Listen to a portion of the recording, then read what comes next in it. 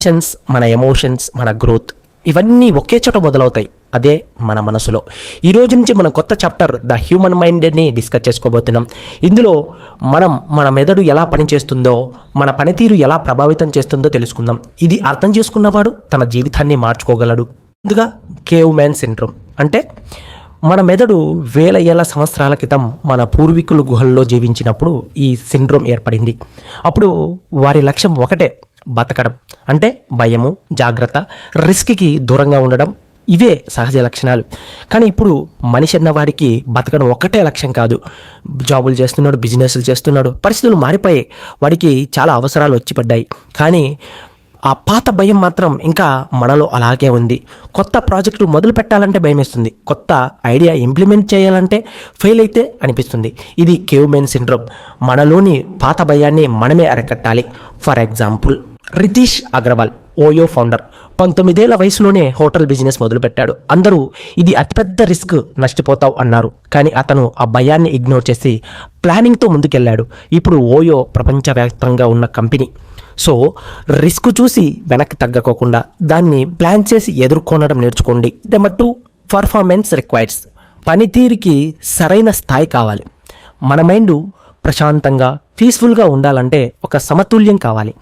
చాలా సులభమైన పని చేస్తే బోరు కొడుతుంది, చాలా కష్టమైన పని చేస్తే స్ట్రెస్, ఒత్తిడి పెరుగుతుంది. మధ్య స్థాయిలో ఉంటే ఫ్లో జోన్ అంటారు.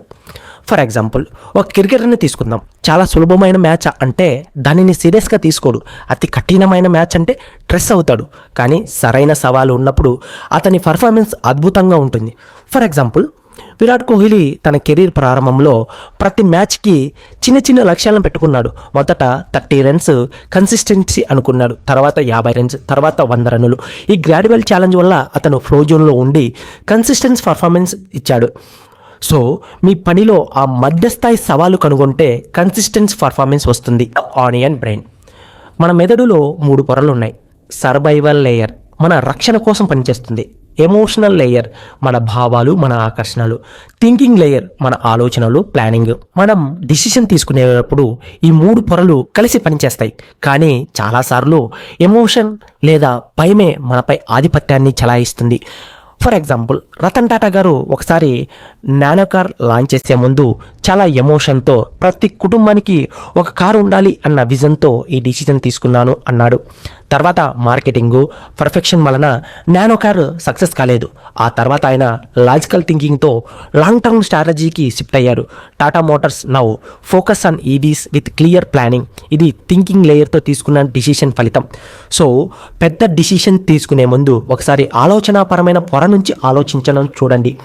భావాలపై ఆధారపడకుండా లాజికల్ థింకింగ్తో ముందుకు వెళ్ళండి. Next, number 4, preperceptual control. అంటే మనకు కనిపించే ప్రపంచం నిజానికి మన దృష్టికోణం అంటే వ్యూ పాయింట్ ఆధారంగా ఉంటుంది. ఒకే పరిస్థితిని ఇద్దరు వేరు విధంగా చూస్తారు.